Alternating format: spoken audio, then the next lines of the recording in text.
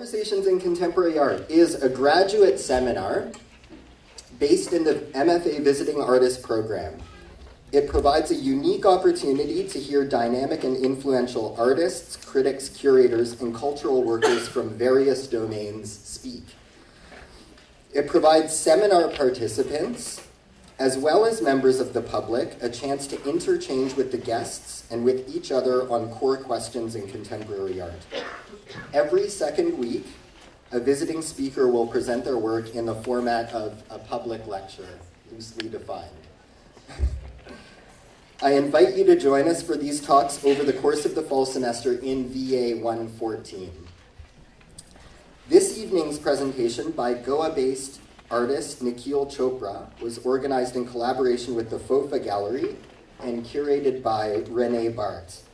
I'd like to thank Jennifer Dorner at the FOFA and Renee for making this happen. Amazing job.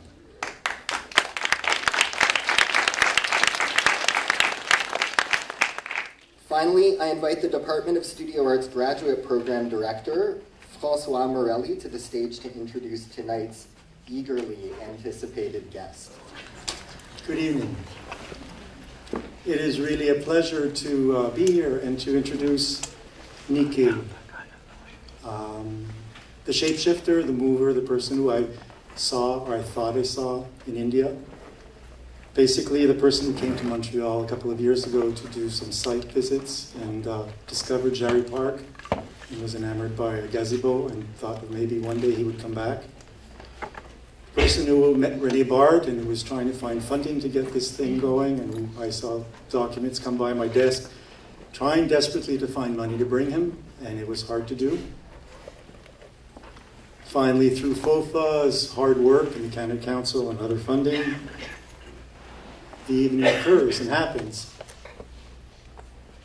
I was in Kochi when I found out it happened, southern India, in the Kerala in Kerala, at the biennial, in a restaurant where I had gone down to see the biennial. And apparently Nikhil was going to be there. I didn't really see him there. I saw other people, his friends, his family, his kids, walking around. I ended up going to the biennial and saw this man in a room who literally drew himself into a corner. Drew himself in the corner in terms of painting large black stripes, filling the room dark. A biennial curated by Jitish Kalat, highlighting the 15th century of southern India. Now, was Nikhil Vasco da Gama? Was Nikhil Pedro Alvarez Cabral in 1498? Or was he the Black Pearl? In any case, after 52 hours of performing, drawing nonstop, he exited, apparently, embarking on a boat and disappearing across the river. I spent 4 months in India. 3 of those weeks, I then went off to Sharjah at the biennial, yet another international biennial. This time, the past, the present, and the possible, curated by Yun Ji Yu, and yet again, Nikhil Chopra, again, performing. This time, Use Like Water was the title of the piece. I was anxious to meet him. But he had been in the desert for 4 days or 3 days prior to it, and by the time I walked into his installation, he was there, but this time, long-haired, bearded, and drawing on carpets, on walls, moving around silently, not really engaging at all with people, but totally in character. Basically, after 3 days again, or 2 days, he changed. He had shaved, he had stripped down, and he made a final appearance. Or apparently it was him, only this time in a dress that lit up, that was totally magical, slowly moving through the space, and yet again disappearing on a boat, crossing a river. And now apparently back in Montreal. Apparently tomorrow morning exiting the FOFA Gallery at 10 in the morning on a bicycle. Biking up to Paljari with people who want to join him in order to continue an installation. So I haven't seen him. I've arrived, I came in, I'm supposed to introduce someone who I've seen in various forms, various guises. And I'm sort of beside myself because That's where I'm at. Did he really get a degree from Ohio State? Did he really go to the Maryland Institute of College of Art in Baltimore? I don't know. Was it really part of the infamous Baroda School in India? Who knows? The truth of the matter, apparently, is he's in Montreal somewhere. Thank you.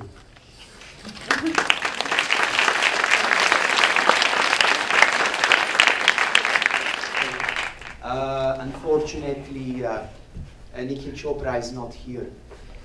I'd like to introduce myself. My name is Nicolas. My friends call me Nico. Does it make any difference? I do this or I do this? No. Maybe it's not on. Would it be better for you to have without mic? Or, okay, can you hear? Okay, the mic is better. Maybe you hear me clearly. Okay, so I don't like podiums. It makes me quite uncomfortable. It feels like I have half a body. So, am I the fit guy to be doing this presentation? I don't know. I'm a good friend of Nikhil. My father and Nikhil's father were very good friends when they were in India together. And I've known him since he was a little child. And, you know, I've always kind of understood that he's been very interested in painting. And I would always make fun of him when we would go to a beautiful place. He would always say, "Allora, where's my sketchbook?"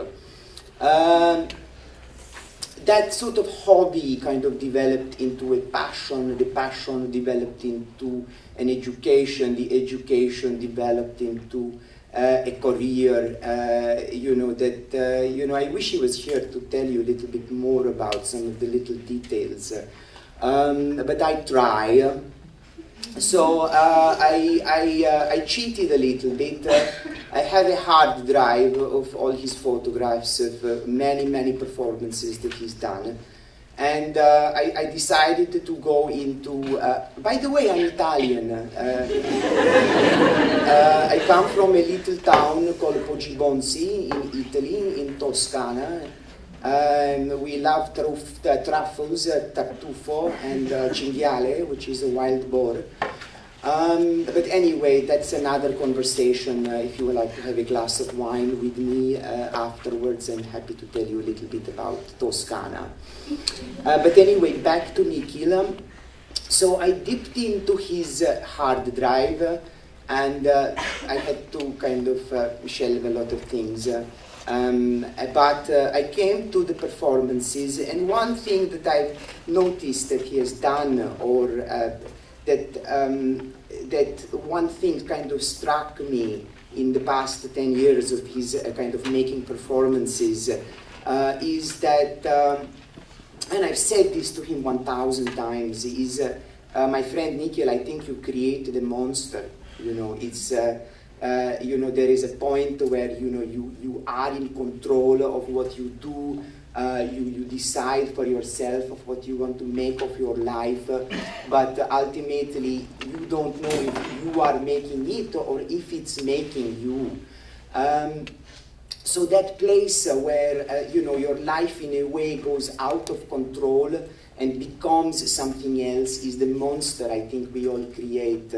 In a way, our lives is a kind of exquisite corpse of many experiences, many interactions that become the personality and that become the choices that we are and the people we become. I think each one of you is a monster. Get in touch with it, and maybe you'll have a good time as well. So I kind of started to look at the pictures of those moments in the performance where Nikhil is resting or is seeming to be exhausted from this laborious act of making. And we see him lying in a kind of exhausted, helpless, almost dead-like position. And in a way, the presence of death in a live performance is something that is of quite a bit of interest to him, because it is, in a way, what happens when a live performance is it recognizes the death present in every passing moment, or the death present in the idea of the now. That now it dies as now passes. So, in a way, what happens in the long durational performances is that because it's not possible to be running around like a baboon for about 50 hours, that it's important to rest, it's important to lie down, it's important to eat, it's important to sleep. It's important at some level to be comfortable so that you're able to carry out the act that you have given yourself to do, and to come out of it on the other side unscathed. Because if you had broken your leg or had to be amputated because of a performance, then I would consider that not a very successful performance. Because ultimately it is your body that has to carry the story, it is your body that has to carry the idea. So this is a performance, it's a series of performances called Broken White. Of course, Chopra is also playing constantly with the idea of black and white and the connotations of black and white. It is also the material of drawing because he's very interested in charcoal, which has a kind of blackness to it, a kind of dustiness to it. It sits on the skin when he's making large drawings, and as a result of performing, he gets blackened and whitens as a result of washing. This is a performance he does in Poland, in the Zachęta National Museum. The entire costume is made out of paper. It's extremely fragile. Costuming is an extremely important aspect of what he does, because it's important for him to transform himself out and step outside of his comfortable, everyday sense of self. If he is wanting to transform you as an audience, the first thing he has to do is transform himself. So, but also transform relationships in a sense with materials, and performance does that. For example, the paper that is used to draw on is now the paper that makes the costume. If he moves very slowly, also the paper starts to tear. And so the chocolate that you see that is being smeared all over his body is transformed from this luxurious, luscious, beautiful, yummy, I think women love chocolate, to eat. He sort of uses it in a kind of very expressive, very expressionistic way to kind of blacken his body. But also the kind of politics around the material, of course, are very much implicated into the performance work. So what we see him sort of smear the chocolate not just on himself, but also on this large piece of paper that sits at the bottom of the staircase that he moved extremely slowly across. And then he starts to, with a spoon, draw out what he sees, the staircase from which he has descended. Of course, art history and the idea of the body descending the staircase, the nude descending the staircase. These are very much kind of conscious decisions to kind of evoke art history. Is it loud? Am I loud enough for everyone? Yeah. Yes. So after he smeared himself with chocolate, he decides to pour delicious, very thick cream all over himself, in a way taking a material that is associated with beauty and in a way turning into a monster in a sense. A lot of these acts that are done are not rehearsed. He goes out there, he has a kind of blueprint of an idea of what he has to do, and then allows the moment to spontaneously create the piece. There is no way to rehearse them, because it is the presence of the audience as well that is completing the cycle of looking and being looked at. and they're gazing and being gazed at. So in a way, it's almost impossible to rehearse these performances. This was also the year that he was in Berlin. He was invited. In fact, we met a couple of times when he was in Berlin. It's very easy for me to go from Italy to Berlin. It's a simple journey. And what I noticed that Berlin, in a sense, did something quite bizarre for his mind.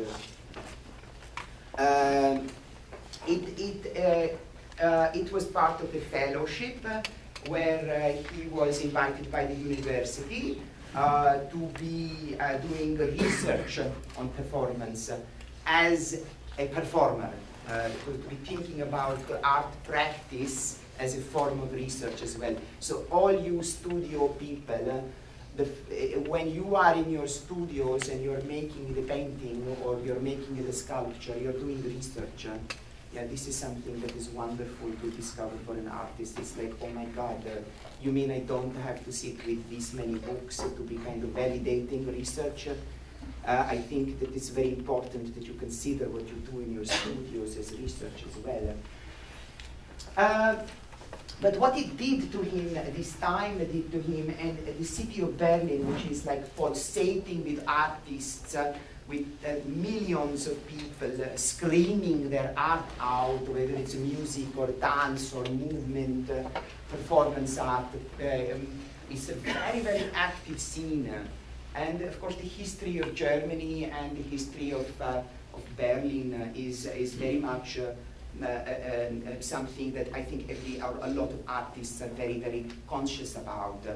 So this idea of becoming an expressionist in a way happens in Germany for him, where he takes a studio space on rent and uses that studio space to make performances and experiments with. And this is the first time he's ever had a studio space in which he's making performances. And this was possible because the studio was on the street. It was overlooking the people passing by. So anytime he would enter the studio, it would be a performance. So he was able not just to do performances and experiment with his own ideas, but he was able to invite collaborators and people that kind of pushed him to kind of take his ideas on the edge. I call it kicked his ass, actually. And that allowed for some things to rupture. For this idea of always having to look beautiful was now challenged. And in a sense, the monster that comes around in a large way from his time in Berlin, or at least recognizing the monster that lies within the self.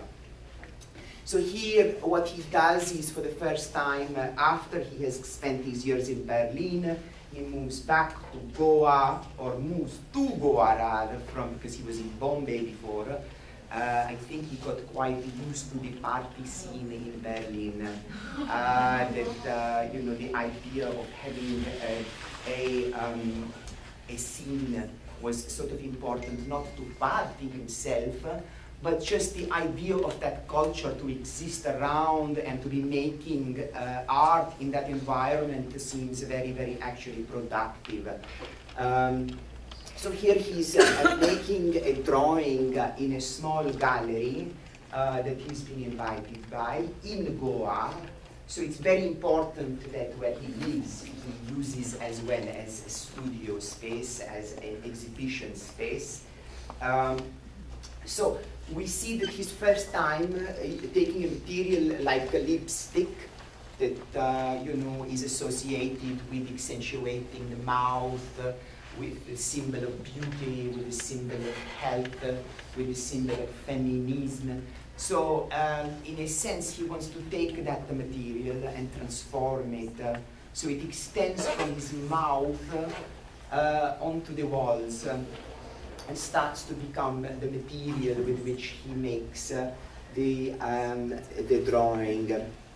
Now, interesting about the chocolate. The chocolate, of course, is very good for your skin. So if ever anyone decide to do performance with chocolate, you will be glowing after the performance. But so the material has its own evocation. Now, like this room, for example, after it was covered with about 500 cases of lipstick, was smelling like that auntie that you've been kissing since you were a child, or the girlfriend that you first kissed. So maybe sort of, or the mama that that was always hugging you. So there are all of these evocations that happen with the material, which happen as a result of the performance. I mean, there is a way to preempt it, but to use 600 lipstick in a rehearsal is really not possible, and a really big mess to clean up as well afterwards. The idea of kind of becoming the picture, becoming the object, is an important one, which is why at the end of the performances there is a large kind of pose that Nikhil strikes, in a sense reminding us of portrait photography, in a way where these performances, these drawing performances start is if you look at the history of early studio portrait photography, for example, or even portraiture, or the discipline of portraiture, you have the figure in the foreground and the landscape in the background, or the projected fantasy in the background. I remember visiting in India and going to some of these photo studios, and you would have like wallpapers of tulips in Holland, for example, and the family be posing in front of it from the village in India with absolutely no context for the tulips of Holland. But it's the idea of this projected fantasy to place yourself in this idyllic landscape. So in this case, what the subject that is being pictured or made a picture of is making the landscape, is creating the fantasy that he wants or she wants to place himself or herself in. This is a project that happens in Paris. It is the first of the La Perla Negra or La Perle Noire series. In a sense, what happens in Goa, or this is what I think, the denial of the fact that there is a rehearsal needed for a performance is a funny one, because each performance is a rehearsal for the next one. What he takes ideas, or he throws himself against a set of unknowns, and he allows for those unknowns to be discovered, and then he takes these discoveries into the next performance. So each performance, in a sense, is a culmination of all the performances he has done before, in a way. So there are a couple of things. One of the things that he's also interested in, besides the idea of being the painter, being the subject. One of the things that he's interested in is identity, and I guess this is something that you see that occurs in every performance. It's a completely new persona. It is a completely new construction. It is always, in many ways, taken from the site that he's performing in. In this case, this is La Marais in Paris, which is where the jewelry district of Paris. It's also where some of the great dukes and duchesses, and I wouldn't say great, but a stiff upper lip kind of people have their posh houses and apartments there as well. So it is also the art gallery district. So he starts the performance with about 20,000 fake Chinese pearls, and he takes the bucket of that and throws it up in the air, and for a split second everything freezes, or almost seems to freeze, when the pearls go up in the sky, and then they seem to stop there, and then they all fall together like a kind of feeling of magic in a way. So one of the clues that he gets when he's in Paris is that he visits the Grand Palais, which is a big exhibition hall, and the exhibition of Cartier is going on. And one of the things he's struck by is the Patiala necklace. This was a necklace designed for the Maharaja by Cartier, the Maharaja of Punjab, the Maharaja of Patiala. And in a way, it's a kind of reversal of colonialism. In the 20s, the Maharaja went on a boat with a trunk full of jewels and said to Cartier, make something for me.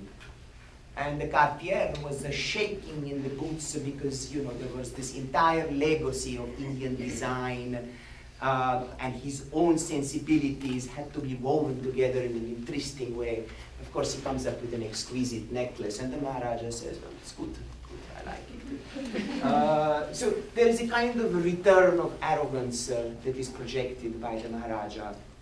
Of course, there are a series of stories in the way in which the Maharaja breaks the notion of white supremacy that was very dominant in those days. So here's what he wants to do with identity. In a way, he plays out the part of, let's say, the Maharaja. He creates, in a sense, the seascape that perhaps the Maharaja saw on his way to Parigi. He carries with him thousands of little pieces of jewel. These are all fake, of course, because this is a performance. But it replicates a sense of desire to take Parigi, the backdrop of a city which is the cultural hotbed of the world, or used to be, and sort of imprisons himself in this space, drawing with lipstick. Again, with about, I think, 1,000 cases of lipstick, a drawing of the sea in the middle of a storm. So, and as he draws, he sticks pearls and jewels and embellishes a costume that he has brought with him, as if he were going to be getting ready to show himself to Cartier in the most flamboyant, in the most decadent manner that ever could be, to show that India was a force to reckon with, to show that the culture of North India and Punjab was something to reckon with.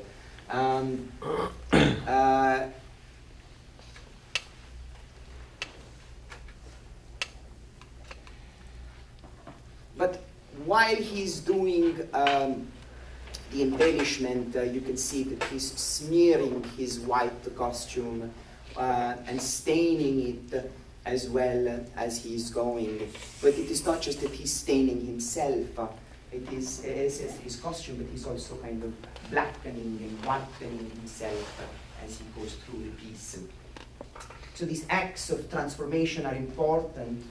Why? Is because he creates the identity. He creates, in a sense, the stereotype of what one would assume to be Indian, what one would assume to be masculine, what one would assume to be urban, what would assume to be educated, what one would assume to be contemporary, what one would assume to be theater. He takes those stereotypes and uses the act of performance to break them constantly. And as he breaks one, in a sense, another stereotype is created, or another set of symbols are pushed out there for the audience to read.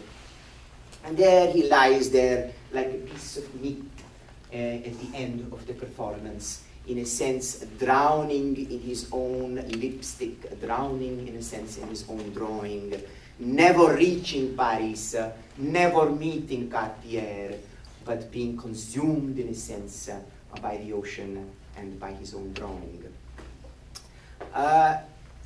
This is a performance. I think this is the last one, the last piece that I'm going to show you. It's a piece called Give Me Your Blood. Oh no, I have one more after this, I'm sorry. It's a video. I think it's important at some point to look at some video as well of the performance, even though I think that the video performances that I've seen of his are deathly boring, because they are so long. I mean, I died watching a 25-minute clip of him walking from one end of the room to the other. And like, what are you doing to me? Judge Calore, move faster.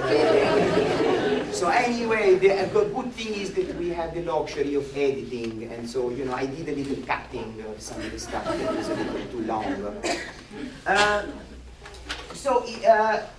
What I'm going to do is I'm going to jump, in a sense, from the visual art world for a second and insert ourselves into the world of the theatre. What's interesting is, for me, is that his practice, in a sense, sits in between, of course, the arts, you know, in between photography, in between video, in between sculpture, in between performance art, but also there is a way to read the work from the lens of the theatre. So he does get invited into theatre festivals. So this is a 60-hour performance that is done in a theatre using the infrastructure that the theatre has. In this case, this is the Singapore International Festival for the Arts. The title of the performance is Give Me Your Blood and I Will Give You Freedom.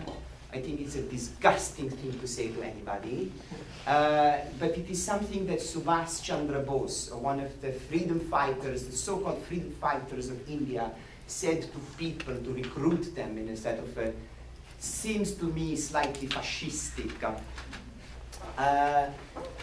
So he kind of takes that line, and Subhash Chandra Bose, this freedom fighter of India, was very active in Singapore, recruiting people for the Indian nationalist army to fight against the Allies, to align themselves actually with the Japanese and with the Nazis. It's a slightly crazy idea. But what we see around us first is the video projections. It's 360 degrees of video. It starts with a very serene landscape of beautiful coconut trees, paddy fields, lush tropical bananas. And what he uses is he uses Chinese ink in a way to draw on top of the video projection in a kind of calligraphic or in a kind of Chinese landscape painter-like way. He uses a brush. But there's, of course, also sound that plays an important element with the video. So you have, the sound of the birds playing along with the sound, with the video of this glorious landscape of the tropics. But that sound is broken by the sound of sirens,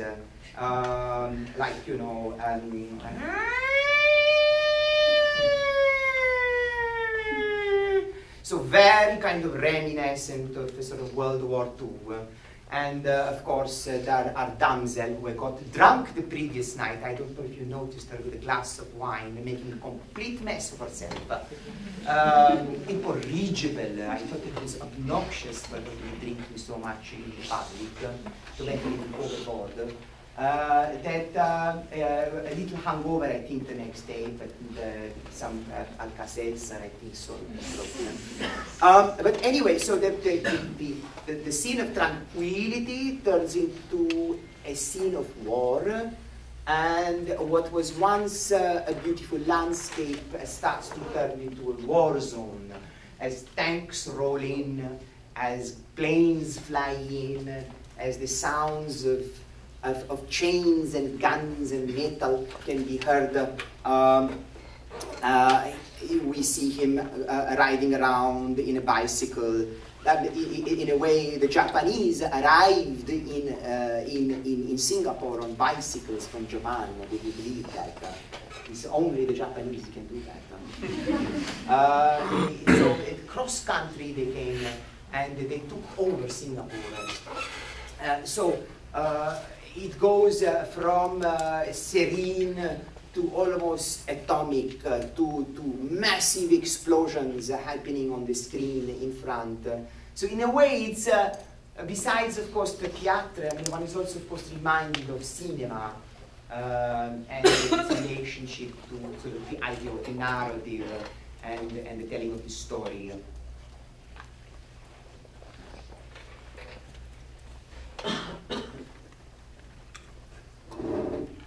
So in a way, what happens with most of the performances is that the audience is quite challenged. In a sense, they don't ever know how close to come.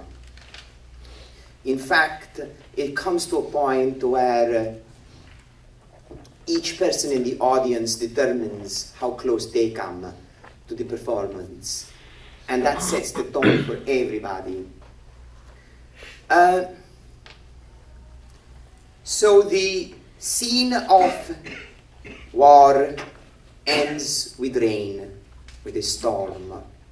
The fire, in a way, is put out by water.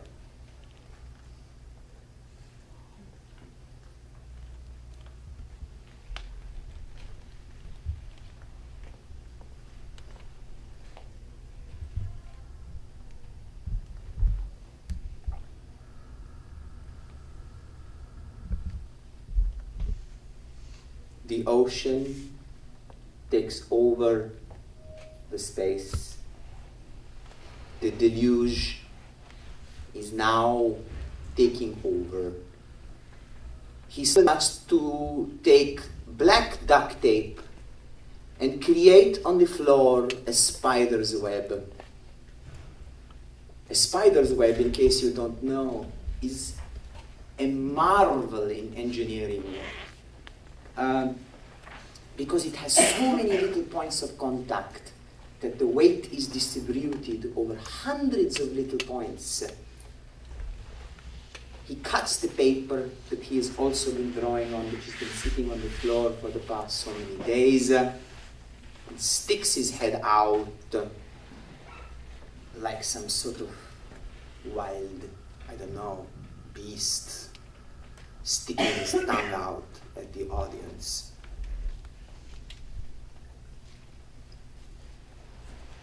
And that was the end of that performance piece. And what you see around you is this kind of really dark, kind of very strange, kind of post-apocalyptic, kind of futuristic landscape being projected.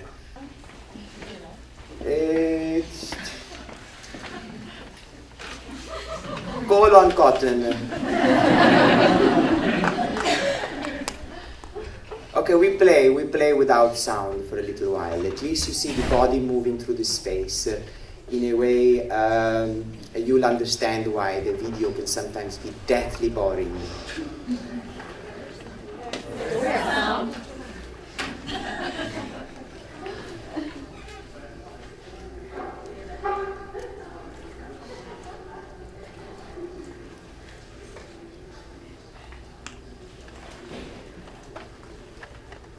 So this was a piece that he does in Manchester. I don't know if you know, but I think our friend Achal has made it quite clear that India was very much a part of the British Empire. And in a way, a lot of Nikhil's work deals with a colonial history. I think he's very aware of the fact that English actually is his first language, and in a way it was more important to be English than it was to be Indian. It was more important to be sitting at the table with a fork and knife and a napkin on the lap than to be sitting on the floor eating rice with the fingers. So these questions, I think in a way it's kind of sickening that in Italy it's very important that we spoke Italian before we speak any other language. But in some sort of way there is a kind of classist attitude of a lot of people in India who want to only impart a certain kind of culture in their people that is exclusive of what is really truly Indian. Or is the fact that English is the first language of this person as Indian as Hindi is? Perhaps it is. So these questions about identity, of course, pop up a lot. But here he took the relationship of Manchester with Mumbai, the city that he's lived in for many, many years, and it became quite interesting in terms of the relationship between these two cities, largely based on the trade and the manufacturing of cotton. Manchester was the birthplace of industrialization and the Industrial Revolution, and Bombay then becomes, in a sense, the duck. After, in a sense, Britain exhausts its coal mines, shifts its manufacturing to India. In a way, this is a reflection as well of capitalism and neo-capitalism, where the manufacturing, in a sense, happens somewhere else, where the rivers and the ground and the water gets polluted and the air gets polluted somewhere else. So, in a way, Manchester was a city that had black skies, literally, because it was that polluted. I would imagine millions of people dying of cancer. Of course, we don't know that anymore because there was no technology at the time to discover that. So he drags, like a laborer, like a coolie, 600 kilos, 800 meters of cotton fabric across the museum. Now, this is interesting to note that this museum is a landscape. It collects landscape drawings and paintings. That's this museum's obsession. It has the largest collection of landscape, classical landscape paintings of Turner and Constable, one of the greatest landscape painters of Britain. So, in a way, the idea of dragging this cotton across the landscape becomes quite an important preoccupation, right? Like kind of the shifting and the moving landscape, the laborer as he's tilling the soil to grow the cotton. Now, the Whitworth Gallery, where this is happening, has invited this man to have an exhibition in a half-constructed site. They thought it would be interesting to give a construction site to an Indian artist. Oh, it was wonderful, I have to say, that a museum of contemporary, a museum of classical arts would be always wanting to do collaborative work with contemporary artists. And because this was going to be a pause in the construction of the building, he thought it was important to recognize the real workers who are actually doing the construction work by serving them a cup of tea at tea time. So this tent is built in India. This tent is made with cotton.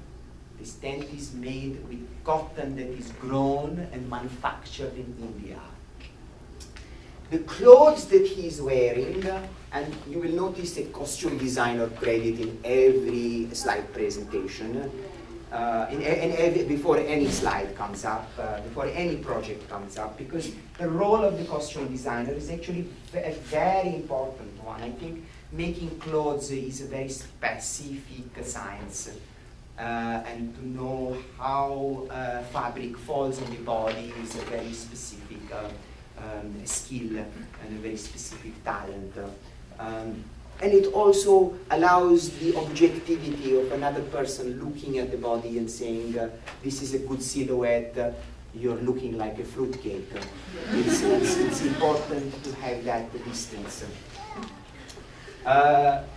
So the costumes that Nikhil is wearing, and you can see that now he's gone from what started off as a farmer to now he is a kind of mill worker, toiling in the sort of Manchester landscape. So what you see him drawing is from references of what Manchester looks like today from outside of the city. He draws directly on top of the cotton, in a way, writing or rewriting the history of our relationship with cotton and coal. Coal becomes a kind of metaphor, or the charcoal, in a sense, becomes a metaphor for the coal that is used to drive the Industrial Revolution. It has become what makes the steam engines, what creates the industry, and all the wars that we fight today as well are based on non-renewable energy sources. So in a way, what he does is he rewrites the history of performance, of the... Here she is. It's brilliant. By drawing stacks of chimney smoke coming out of Manchester's skyline, he kind of repollutes the air to the drawing of Manchester. But what he draws alongside Manchester is Mumbai, the city that is, and what it looks like today, the high-rises, the defunct mills. In fact, the mill culture in some way kind of made Bombay or Mumbai and destroyed it. The worker unions went on strike and that killed the industry completely. So he draws Mumbai kind of like the slum that is enclosing itself into Manchester. In a way, also the obvious presence of South Asians in the United Kingdom. And now you see in the third avatar, which is the mill worker, not the mill worker, but the mill owner, where he's ordering around the men. He's ripping the canvas into two. He's cutting it, and he doesn't lift a thing, not even his little finger, or maybe his little finger.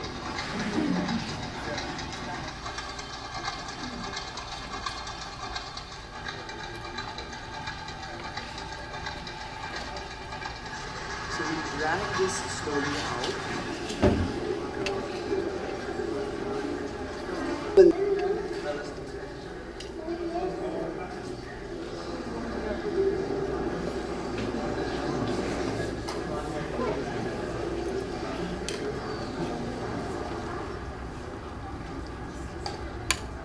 All right, come on.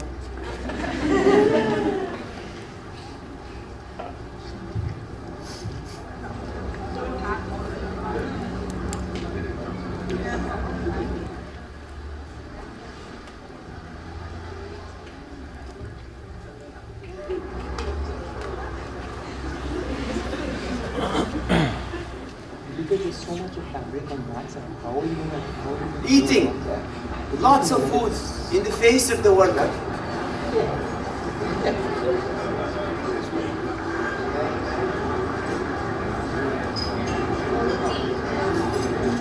You know, I think it comes from a culture that is sadly not. When the youth movement in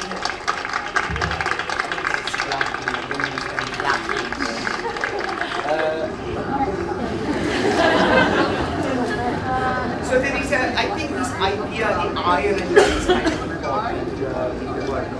But also, you know, India is not a place for punks. It's not a place for culture. And in a way there is and I see this in his eyes, there is a kind of, behind this kind of mask, being this boy, there is a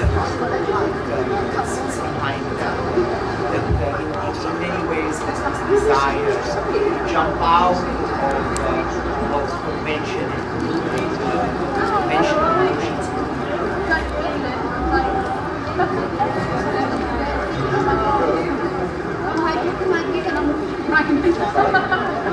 He doesn't like that. So thank you very much for your ears.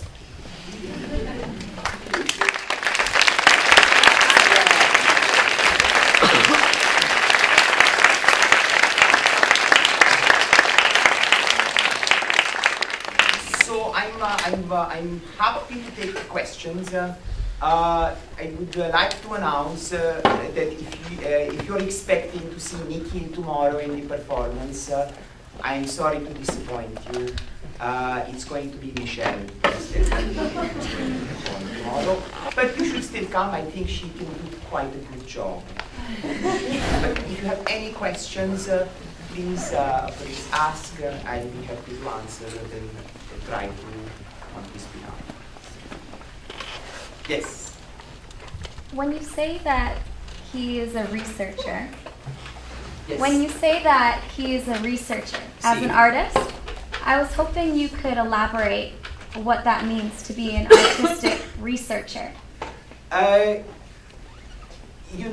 think that, academia, in a sense, imposes or has imposed, maybe this academia is different, I don't know. But I think there is this idea of the library being, in a sense, this kind of a temple, which it is. Books being extremely important in terms of information. I think there are exploring textual information, printed information, libraries and studying and regurgitating what we have studied is one kind of research. But spending time in your studio, let's say if you're an oil painter, for example, working out the subtleties in the way in which the colors shift, or working out in a way how the leaves of the poplar tree sit on the tree, or understanding in a way how to create force in your line. I think these are also research. This is also part of knowledge, and that knowledge is written and documented in art. If I was to look at a Jan van Eyck painting, or if I was to look at the Rembrandt drawing, even today, I can feel the presence of the artist on the piece of paper. I read the technique in the way in which it sits on a piece of paper, and that's the research that I think is equally important for an artist as much as reading. So I think the work we do in our studios as artists is research. Maybe I'm wrong, but maybe somebody else thinks differently.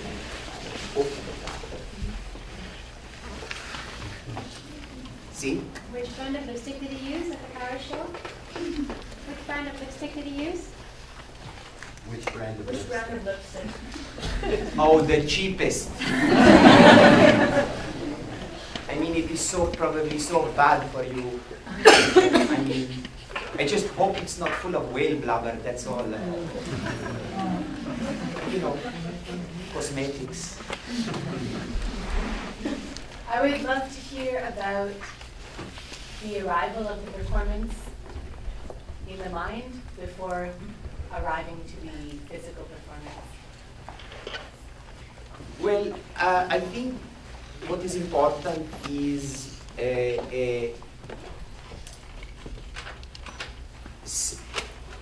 it's important to come into contact, into live physical contact with the place that one is going to perform in, to some extent before the performance, because in a way the conversations that happen, the sites that one visits, the air that one breathes, the way in which one experiences the light, and I think are important clues. So Nikhil will often go to a site before a performance, well before a performance.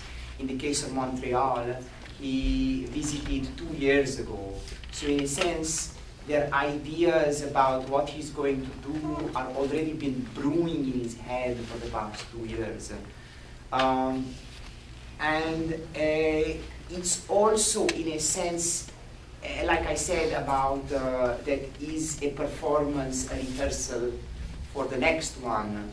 So besides, of course, the ideas that he comes to with visiting a place, it's also about where he is going in his own research with his own performance work. So in terms of, let's say, Montreal, he's at this point working with this new persona, or this persona that he's been preoccupied with for the past year and a half, which is this La Perla Negra. So this character becomes the framework. Montreal becomes another kind of framework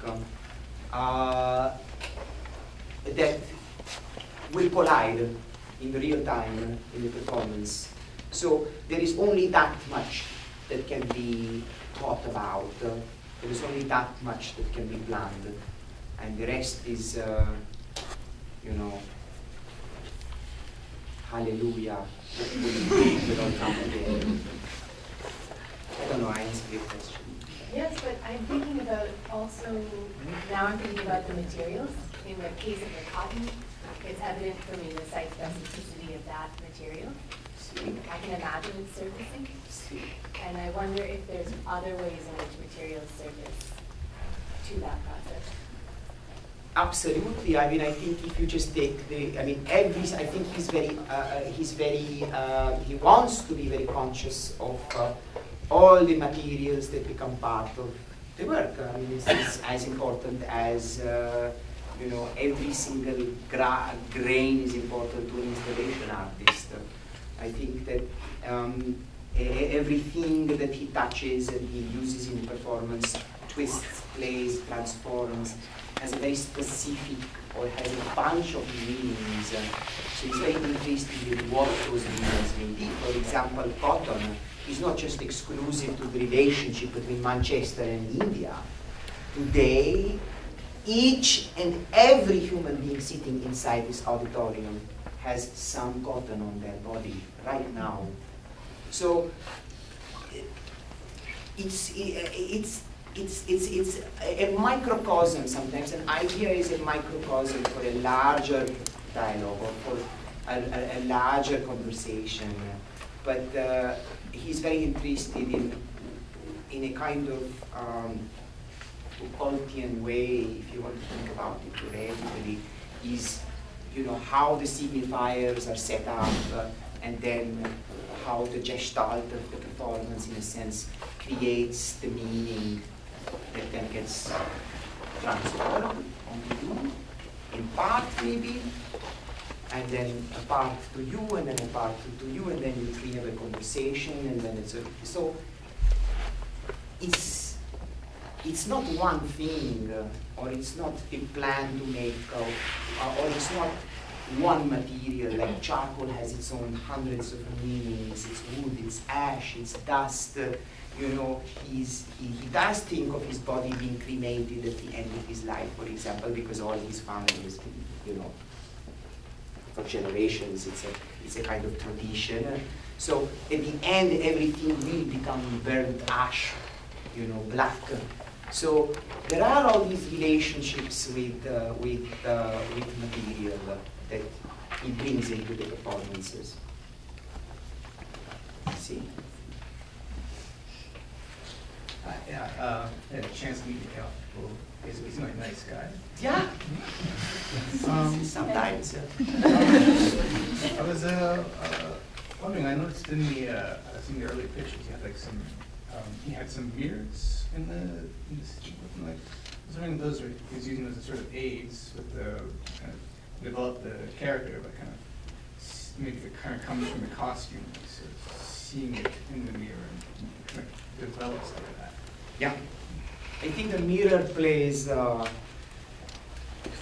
again, it's a kind of continuation from what you were asking about the presence of objects and material in the work.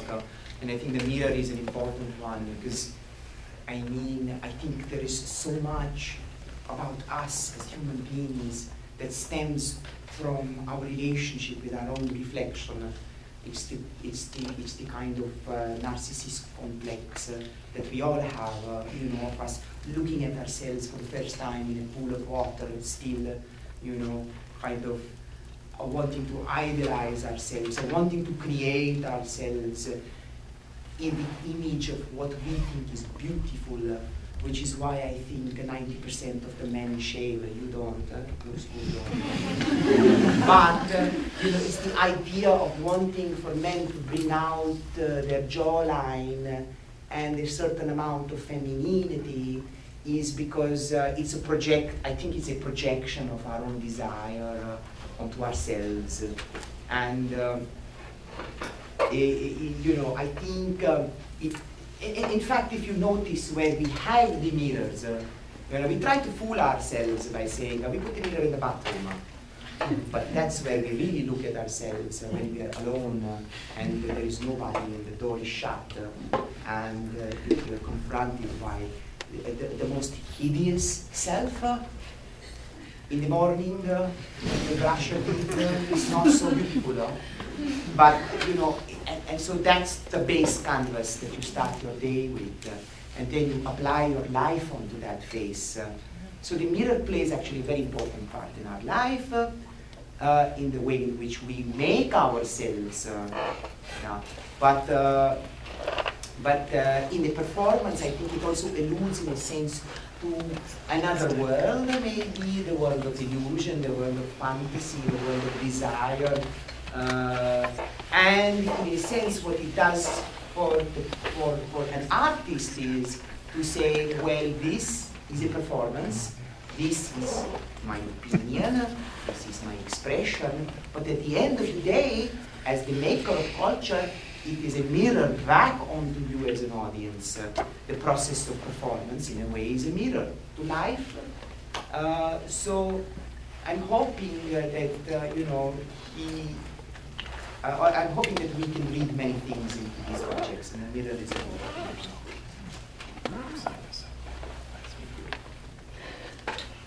See?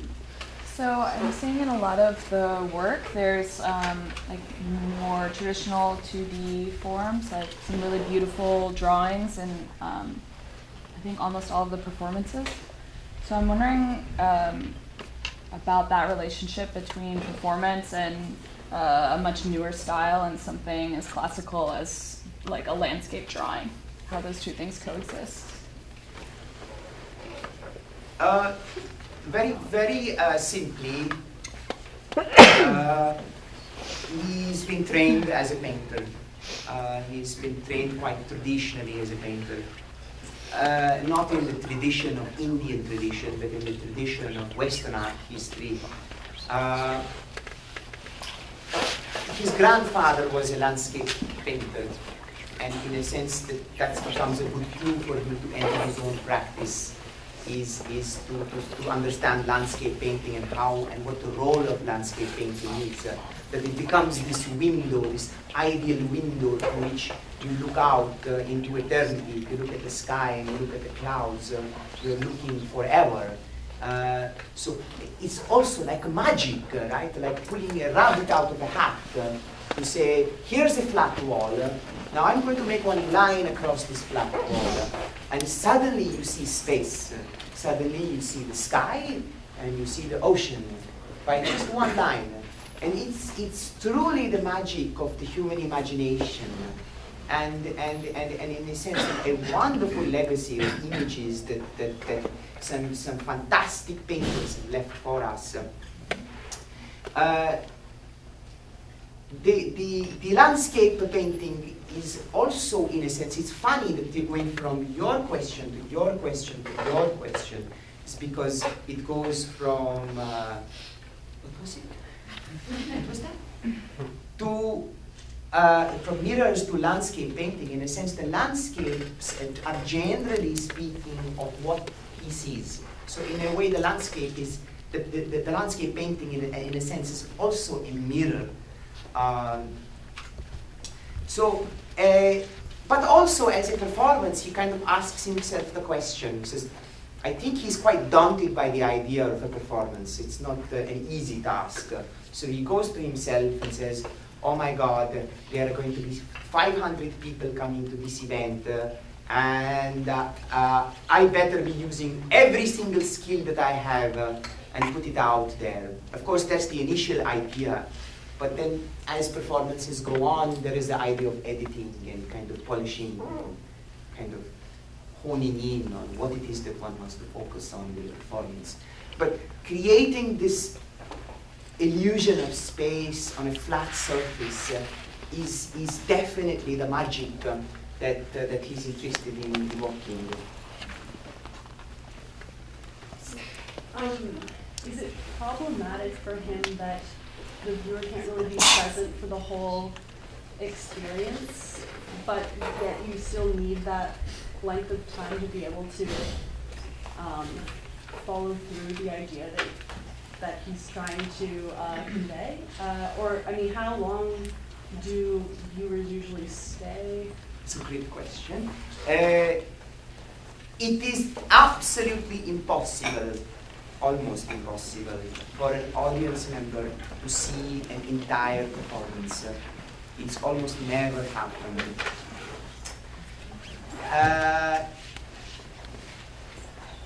But it is important, I guess, for an audience to have not just one brushing interaction with the performance, but to perhaps engage with it a couple of times, because what that does is it allows you to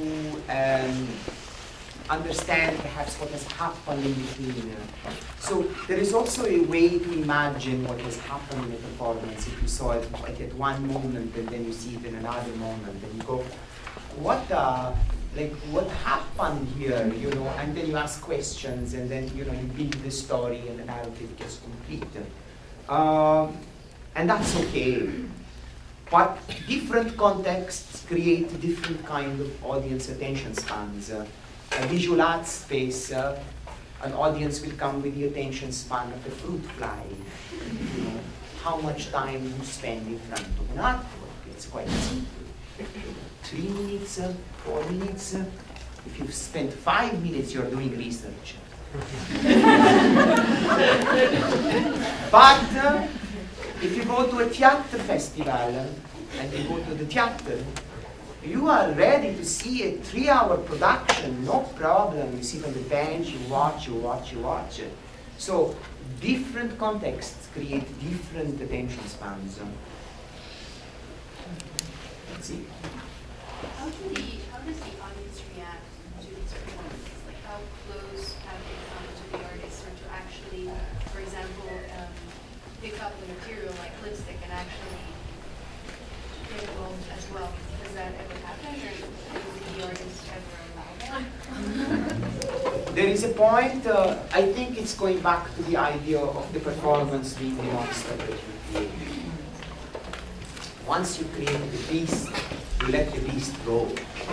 And the audience is creating the performance as much as the performance is creating the performance. The presence, you, everyone over here, is creating this lecture as much as I'm creating this lecture. If you are not here, this lecture is not happening. So, the role of the audience is a very important one. Now, what is the role of the audience in a space that has no fourth wall like the theater does, or does not have perhaps the rules and regulations of the museum? How does one create that distance? There are some tools that he uses, which is not to engage with the audience. You believe that he is not going to be taking questions in the middle of a performance, right? Because he's not going to be offering so much power to the audience.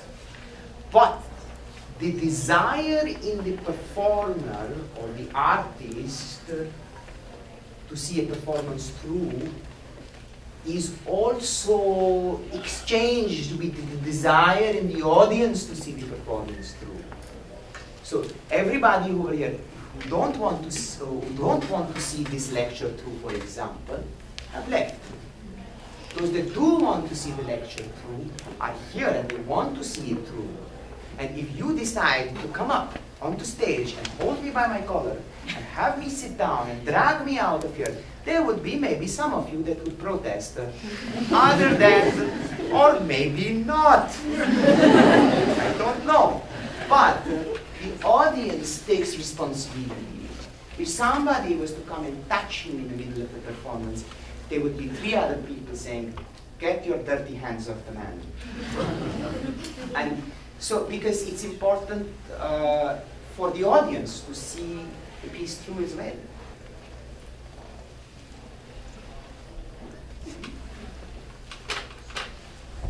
I have a question about his relationships with the Western culture. It seems like he's quite integrated into the Western world. And I wonder how does that affect his relationships with Indian culture and his original self?